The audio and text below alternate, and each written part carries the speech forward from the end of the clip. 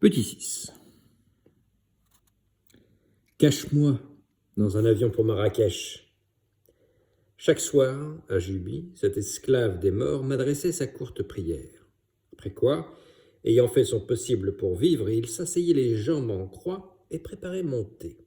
Désormais paisible pour un jour, s'étant confié, croyait-il, au seul médecin qui put le guérir, ayant sollicité le seul Dieu qui put le sauver, ruminant désormais, penché sur la bouilloire, les images simples de sa vie, les terres noires de Marrakech, ses maisons roses, les biens élémentaires dont il était dépossédé, il ne m'en voulait pas de mon silence ni de mon retard à donner l'avis. Je n'étais pas un homme semblable à lui, mais une force à mettre en marche, mais quelque chose comme un vent favorable et qui se lèverait un jour sur sa destinée. Pourtant, simple pilote, chef d'aéroport pour quelques mois à Cap Juby, disposant pour toute fortune d'une baraque adossée au fort espagnol et, dans cette baraque, d'une cuvette, d'un broc d'eau salée, d'un lit trop court, je me faisais moins d'illusions sur ma puissance. Vieux Barque, on verra ça. Tous les esclaves s'appellent Barque. Il s'appelait donc Barque. Malgré 4 années de captivité, il ne s'était pas résigné encore. Il se souvenait d'avoir été roi. Que faisais-tu, Barque, à Marrakech? À Marrakech, où sa femme et ses 3 enfants vivaient sans doute encore, il avait exercé un métier magnifique. J'étais conducteur de troupeau et je m'appelais Mohamed. Les caïds, là-bas, le convoquaient. J'ai des bœufs à vendre, Mohamed. Va les chercher dans la montagne. Ou bien, j'ai 1000 moutons dans la plaine. Conduis-les plus haut, vers les pâturages. Et Barque, armé d'un sceptre d'olivier, gouvernait leur exode. Seul responsable d'un peuple de brebis, ralentissant les plus agiles à cause des agneaux à naître et secouant un peu les paresseuses, il marchait dans la confiance et l'obéissance de tous.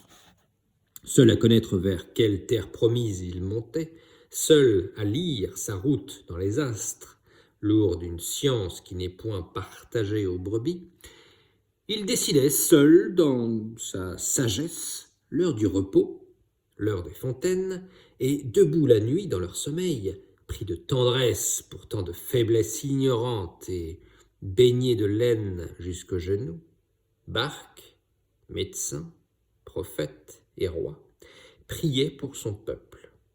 Un jour, des Arabes l'avaient abordé. « Viens avec nous chercher des bêtes dans le sud. » On l'avait fait marcher longtemps, et quand après 3 jours il fut bien engagé dans un chemin creux de montagne, aux confins de la dissidence, on lui mit simplement la main sur l'épaule, on le baptisa Barque, et on le vendit. Je connaissais d'autres esclaves. J'allais chaque jour, sous les tentes, prendre le thé. Allongé là, pieds nus sur le tapis de haute laine qui est le luxe du nomade et sur lequel il fonde pour quelques heures sa demeure, je goûtais le voyage du jour. Dans le désert, on sent l'écoulement du temps. Sous la brûlure du soleil, on est en marche vers le soir, vers ce vent frais qui baignera les membres et lavera toute sueur. Sous la brûlure du soleil, bêtes et hommes, aussi sûrement que vers la mort, avancent vers ce grand abreuvoir. Ainsi, l'oisiveté n'est jamais vaine, et toute journée paraît belle comme ces routes qui vont à la mer. Je les connaissais, moi, ces esclaves. Ils entrent sous la tente quand le chef a tiré de la caisse au trésor le réchaud, la bouilloire et les verres de cette caisse lourde d'objets absurdes, de cadenas en clé, de vases de fleurs sans fleurs, de glace à 3 sous, de vieilles armes qui, échouées ainsi en plein sable, font songer à l'écume d'un naufrage. Alors l'esclave, muet, charge les réchauds de brindilles sèches, souffle sur la braise, remplit la bouilloire, fait jouer pour des efforts de petite fille des muscles qui déracineraient un cèdre. Il est paisible. Il est pris par le jeu. Faire le thé, soigner les méharas, manger, sous la brûlure du jour, marcher vers la nuit, et sous la glace des étoiles nues, souhaiter la brûlure du jour. Heureux les pays du Nord auxquels les saisons composent, l'été, une légende de neige, l'hiver, une légende de soleil, triste tropique où dans l'étuve rien ne change beaucoup, mais heureux aussi ce Sahara où le jour et la nuit balancent si simplement les hommes d'une espérance à l'autre. Parfois l'esclave noir, s'accroupissant devant la porte, goûte le vent du soir. Dans ce corps pesant de captif, les souvenirs ne remontent plus. À peine se souvient-il de l'heure du rapt, de ses coups, de ses cris, de ses bras d'homme qui l'ont renversé dans sa nuit présente. Il s'enfonce, depuis cette heure-là, dans un étrange sommeil, privé comme un aveugle de ces fleuves lents du Sénégal ou de ces villes blanches du sud marocain, privé comme un sourd des voix familières. Il n'est pas malheureux, ce noir, il est infirme, tombé un jour dans le cycle de la vie des nomades, lié à leur migration, attaché pour la vie aux orbes qu'ils décrivent dans le désert, que conserverait-il de commun désormais avec un passé, avec un foyer, avec une femme, des enfants qui sont pour lui aussi morts que des morts, des hommes qui ont vécu longtemps d'un grand amour et puis en furent privés, se lassent parfois de leur noblesse solitaire. Ils se rapprochent humblement de la vie et d'un amour médiocre font leur bonheur. Ils ont trouvé doux d'abdiquer, de se faire servile et d'entrer dans la paix des choses. L'esclave fait son orgueil de la braise du maître. « Tiens, prends » dit parfois le chef au captif. C'est l'heure où le maître est bon pour l'esclave, à cause de cette rémission de toutes les fatigues, de toutes les brûlures, à cause de cette entrée, côte à côte, dans la fraîcheur. Et il lui accorde un verre de thé. Et le captif, alourdi de reconnaissance, baiserait pour ce verre de thé les genoux du maître. L'esclave n'est jamais chargé de chaînes, qu'il en a peu besoin, qu'il est fidèle, qu'il renie sagement en lui le roi noir dépossédé. Il n'est plus qu'un captif heureux. Un jour pourtant, on le délivrera, quand il sera trop vieux pour valoir ou sa nourriture ou ses vêtements. On lui accordera une liberté démesurée. Pendant 3 jours, il se proposera en vain de tente en tente, chaque jour plus faible, et vers la fin du 3e jour, toujours sagement, il se couchera sur le sable. J'en ai vu ainsi à Juby, mourir nu. Les morts coudoyaient leur longue agonie, mais sans cruauté, et les petits des morts jouaient près de l'épave sombre, et à chaque aube couraient voir par jeu si elle remuait encore, mais sans rire du vieux serviteur. Cela était dans l'ordre naturel. C'était comme si on lui eût dit « Tu as bien travaillé, tu as droit au sommeil. Allez, va dormir. » Lui, toujours allongé, éprouvait la faim qui n'est qu'un vertige, mais non l'injustice qui seule tourmente. Il se mêlait peu à peu à la terre, séché par le soleil et reçu par la terre. 30 années de travail, et puis ce droit au sommeil et à la terre. Le premier que je rencontrai, je ne l'entendis pas gémir, mais il n'avait pas contre qui gémir. Je devinais en lui une sorte d'obscur consentement, celui du montagnard perdu, à bout de force, et qui se couche dans la neige, s'enveloppe dans ses rêves et dans la neige. Ce ne fut pas souffrance qui me tourmenta, je n'y croyais guère, mais dans la mort d'un homme, un monde inconnu meurt, et je me demandais quelles étaient les images qui sombraient en lui. Quelle plantation du Sénégal, quelle ville blanche du sud marocain s'enfonçait peu à peu dans l'oubli. Je ne pouvais connaître si dans cette masse noire s'éteignaient simplement des soucis misérables. Le thé à préparer, les bêtes à conduire au puits, si s'endormait une âme d'esclave Aussi, ressuscité par une remontée de souvenirs, l'homme mourait dans sa grandeur. L'os dur du crâne était, pour moi, pareil à la vieille caisse au trésor.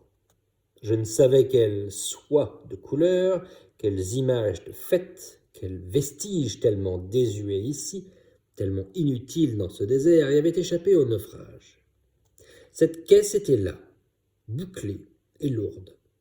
Je ne savais quelle part du monde se défaisait dans l'homme pendant le gigantesque sommeil des derniers jours, se défaisait dans cette conscience et cette chair qui, peu à peu, redevenait nuit et racine. J'étais conducteur de troupeau et je m'appelais Mohamed. Bark, captif noir, était le premier que je connus qui ait résisté. Ce n'était rien que les morts eussent violé sa liberté, l'eussent fait en un jour plus nu sur terre qu'un nouveau-né. Il est des tempêtes de Dieu qui ravagent ainsi en une heure les moissons d'un homme. Mais plus profondément que dans ses biens, les morts le menaçaient dans son personnage. Et Bark n'abdiquait pas, alors que tant d'autres captifs eussent laissé si bien mourir en eux un pauvre conducteur de bêtes qui besognait toute l'année pour gagner son pain. Bark ne s'installait pas dans la servitude comme on s'installe, las d'attendre, dans un médiocre bonheur. Il ne voulait pas faire ses joies d'esclave des bontés du maître d'esclaves. Il conservait, aux bontés du maître d'esclaves, il conservait au Mohamed absent cette maison que ce Mohamed avait habitée dans sa poitrine, cette maison triste d'être vide, mais que nul autre n'habiterait. Bark ressemblait à ce gardien blanchi qui, dans les herbes des allées et l'ennui du silence, meurt de fidélité. Il ne disait pas « Je suis Mohamed ben Laoussin », mais je m'appelais Mohamed, rêvant au jour où ce personnage oublié ressusciterait, chassant par sa seule résurrection l'apparence de l'esclave. Parfois, dans le silence de la nuit, tous ses souvenirs lui étaient rendus avec la plénitude d'un chant d'enfance. Au milieu de la nuit, nous racontait notre interprète mort, au milieu de la nuit, il a parlé de Marrakech et il a pleuré. Nul n'échappe dans la solitude à ses retours. L'autre se réveillait en lui, sans prévenir, s'étirait dans ses propres membres, cherchait la femme contre son flanc, dans ce désert où nulle femme jamais n'approcha. Bark écoutait chanter l'eau des fontaines, là où nulle fontaine ne coula jamais. Et Bark, les yeux fermés, croyait habiter une maison blanche, assise chaque nuit sous la même étoile, là où les hommes habitent des maisons de bure et poursuivent le vent. Chargé de ces vieilles tendresses mystérieusement vivifiées, comme si leur pôle eût été proche, Bark venait à moi. Il voulait me dire qu'il était prêt, que toutes ces tendresses étaient prêtes, et qu'il n'avait plus, pour les distribuer, qu'à rentrer chez lui. Et il suffirait d'un signe de moi, et Bark souriait, m'indiquait le truc que je n'y avais sans doute pas songé encore. C'est demain le courrier. Tu me caches dans l'avion pour Agadir. Pauvre vieux Bark. Car nous vivions en dissidence. Comment l'eussions-nous aidé à fuir? Les morts, le lendemain, l'auraient vengé par Dieu, c'est quel massacre le vol et l'injure. J'avais bien tenté de l'acheter, aidé par les mécaniciens de l'escale, Lauberg, Marshall, Abgral, mais les morts ne rencontrent pas tous les jours des Européens en quête d'un esclave. Ils en abusent. C'est 20 000 francs. Tu te fous de nous. Regarde-moi ces bras forts qu'il a. Et les mois passèrent ainsi. Enfin, les prétentions des morts baissèrent et, aidé par des amis de France auxquels j'avais écrit, je me vis en mesure d'acheter le vieux Bark. Ce furent de beaux pourparlers. Ils durèrent 8 jours. Nous les passions assis en rond sur le sable, 15 morts et moi. Un ami du propriétaire et qui était aussi le mien, Zin-Uld Ratari, un brigand, m'aidait en secret. « Vends-le. Tu le perdras quand même, lui disait-il sur mes conseils. Il est malade. Le mal ne se voit pas d'abord, mais il est dedans. Un jour vient tout à coup où l'on gonfle. Vends-le vite aux Français. » J'avais promis une commission à un autre bandit, Ragui, s'il m'aidait à conclure l'achat. Et Ragui tentait le propriétaire. « Avec l'argent, tu achèteras des chameaux, des fusils et des balles. Tu pourras ainsi partir en réseau et faire la guerre aux Français. Ainsi, tu ramèneras d'Attar 3 ou 4 esclaves tout neufs. Allez, liquide ce vieux-là. » Et l'on me vendit Barque. Je l'enfermai à clé pour 6 jours dans notre baraque, car s'il avait erré au dehors avant le passage de l'avion, les morts l'eussent repris et revendu plus loin. Mais je le libérai de son état d'esclave. Ce fut encore une belle cérémonie.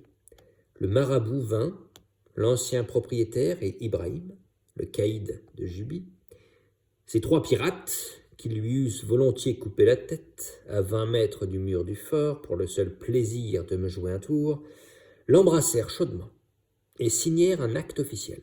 « Maintenant, tu es notre fils. » C'était aussi le mien, selon la loi. Et Barque embrassa tous ses pères. Il vécut dans notre baraque une douce captivité jusqu'à l'heure du départ. Il se faisait décrire 20 fois par jour le facile voyage. Il descendrait d'avion à Agadir et on lui remettrait dans cette escale un billet d'autocar pour Marrakech. Barque jouait à l'homme libre, comme un enfant joue à l'explorateur. Cette démarche vers la vie, cet autocar, ces foules, ces villes qu'il allait revoir. L'auberge vint me trouver au nom de Marshal et d'Abgral. Il ne fallait pas que Barque crevât de faim en débarquant. Il me donnait 1000 francs pour lui. Barque pourrait ainsi chercher du travail. Et je pensais à ces vieilles dames des bonnes œuvres qui font la charité, donnent 20 francs et exigent la reconnaissance. L'auberge, Marshal, Abgral, mécanicien d'avion, en donnaient 1000, ne faisaient pas la charité, exigeaient encore moins de reconnaissance. Ils n'agissaient pas non plus par pitié, comme ces mêmes vieilles dames qui rêvent au bonheur. Ils contribuaient simplement à rendre un homme sa dignité d'homme. Ils savaient trop bien, comme moi-même, qu'une fois passée l'ivresse du retour, la première amie fidèle qui viendrait au-devant de Barque serait la misère, et qu'il peinerait avant 3 mois quelque part sur les voies de chemin de fer à déraciner des traverses. Il serait moins heureux qu'au désert chez nous, mais il avait le droit d'être lui-même, parmi les siens. Allons, vieux Barque, va, et sois un homme. L'avion vibrait, prêt à partir. Barque se penchait une dernière fois vers l'immense désolation de Cap Juby. Devant l'avion, 200 morts s'étaient groupés pour bien voir quel visage prend un esclave aux portes de la vie. Il le récupérait un peu plus loin, en cas de panne. Et nous faisions des signes d'adieu à notre nouveau-né de 50 ans, un peu troublé de le hasarder vers le monde. Adieu, Barque. Non. Comment, non? Non. Je suis Mohamed Ben Laoussine. Nous eûmes pour la dernière fois des nouvelles de lui par l'arabe Abdallah, qui, sur notre demande, assista Barque à Agadir. L'autocar partait le soir seulement. Barque disposait ainsi d'une journée. Il erra d'abord si longtemps et sans dire un mot dans la petite ville qu'Abdallah le devina inquiet et s'émut. « Qu'est-il » ? « Rien. » Barque, trop au large dans ses vacances soudaines, ne sentait pas encore sa résurrection. Il éprouvait bien un bonheur sourd, mais il n'y avait guère de différence, hormis ce bonheur, entre le Barque d'hier et le Barque d'aujourd'hui. Il partageait pourtant désormais à égalité ce soleil avec les autres hommes, et le droit de s'asseoir ici, sous cette tonnelle de café arabe. Il s'y assit. Il commanda du thé pour Abdallah et lui. C'était son premier geste de seigneur. Son pouvoir eût dû le transfigurer, mais le serveur lui versa le thé sans surprise, comme si le geste était ordinaire. Il ne sentait pas, en versant ce thé, qu'il glorifiait un homme libre. « Allons ailleurs, » dit Barque. Ils montèrent vers la Casbah, qui domine Agadir. Les petites danseuses berbères vinrent à eux. Elles montraient tant de douceur apprivoisée que Barque crut qu'il allait revivre. C'était elle qui, sans le savoir, l'accueillerait dans la vie. L'ayant pris par la main, elles lui offrirent donc le thé, gentiment, mais comme elles l'eussent offert à tout autre. Barque voulut raconter sa résurrection. Elles rirent doucement. Elles étaient contentes pour lui, puisqu'il était content. Il ajouta, pour les émerveiller, « Je suis Mohamed ben Laoussine. » Mais cela ne les surprit guère. Tous les hommes ont un nom, et beaucoup reviennent de tellement loin. Il entraîna encore Abdallah vers la ville.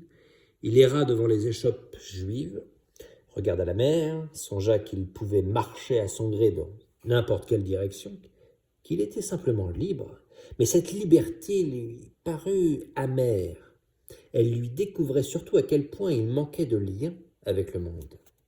Alors, comme un enfant passait, Mohamed lui caressa doucement la joue. L'enfant sourit. Ce n'était pas un fils de maître que l'on flatte. C'était un enfant faible, à qui Mohamed accordait une caresse, et qui souriait. Et cet enfant réveilla Mohamed, et Mohamed se devina un peu plus important sur terre, à cause d'un enfant faible qui lui avait dû de sourire. Il commençait d'entrevoir quelque chose, et marchait maintenant à grands pas.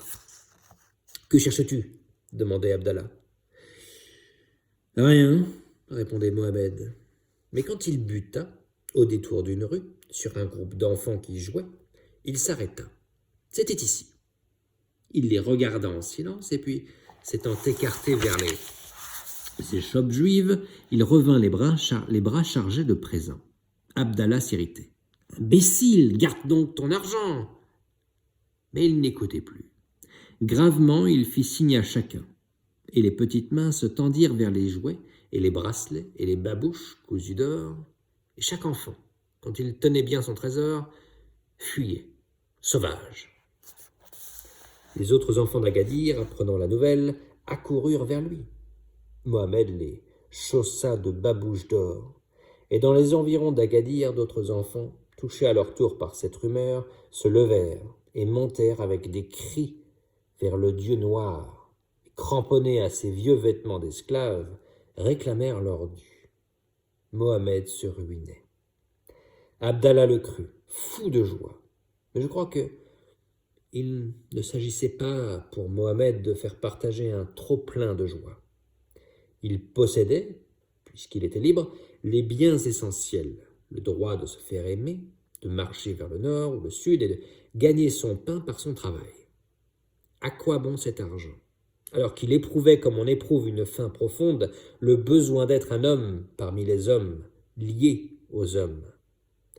Les danseuses d'Agadir s'étaient montrées tendres pour le vieux Barque, mais il avait pris congé d'elles sans effort, comme il était venu. Elles n'avaient pas besoin de lui. Ce serveur de l'échoppe arabe, ces passants dans les rues, tous respectaient en lui l'homme libre, partageaient avec lui leur soleil à égalité, mais aucun n'avait montré non plus qu'il eût besoin de lui. Il était libre, mais infiniment, jusqu'à ne plus se sentir peser sur terre. Il lui manquait ce poids des relations humaines qui entravent la marche, ses larmes, ses adieux, ses reproches, ses joies, tout ce qu'un homme caresse ou déchire chaque fois qu'il ébauche un geste, ces 1000 liens qui l'attachent aux autres et le rendent lourd. Mais sur Mohamed pesaient déjà 1000 espérances. Et le règne de Mohamed commençait dans cette gloire du soleil couchant sur Agadir, dans cette fraîcheur qui si longtemps avait été pour lui la seule douceur à attendre, la seule étable. Et comme approchait l'heure du départ, Mohamed s'avançait, baigné de cette marée d'enfants, comme autrefois de ses brebis, creusant son premier sillage dans le monde. Il rentrerait demain dans la misère des siens, responsable de plus de vie que ses vieux bras n'en sauraient peut-être nourrir, mais déjà il pesait ici de son vrai poids, comme un archange trop léger pour vivre de la vie des hommes, mais qui eût triché, qui eût cousu du plomb dans sa ceinture. Mohamed faisait des pas difficiles, tiré vers le sol par 1000 enfants qui avaient tellement besoin de babouches d'or.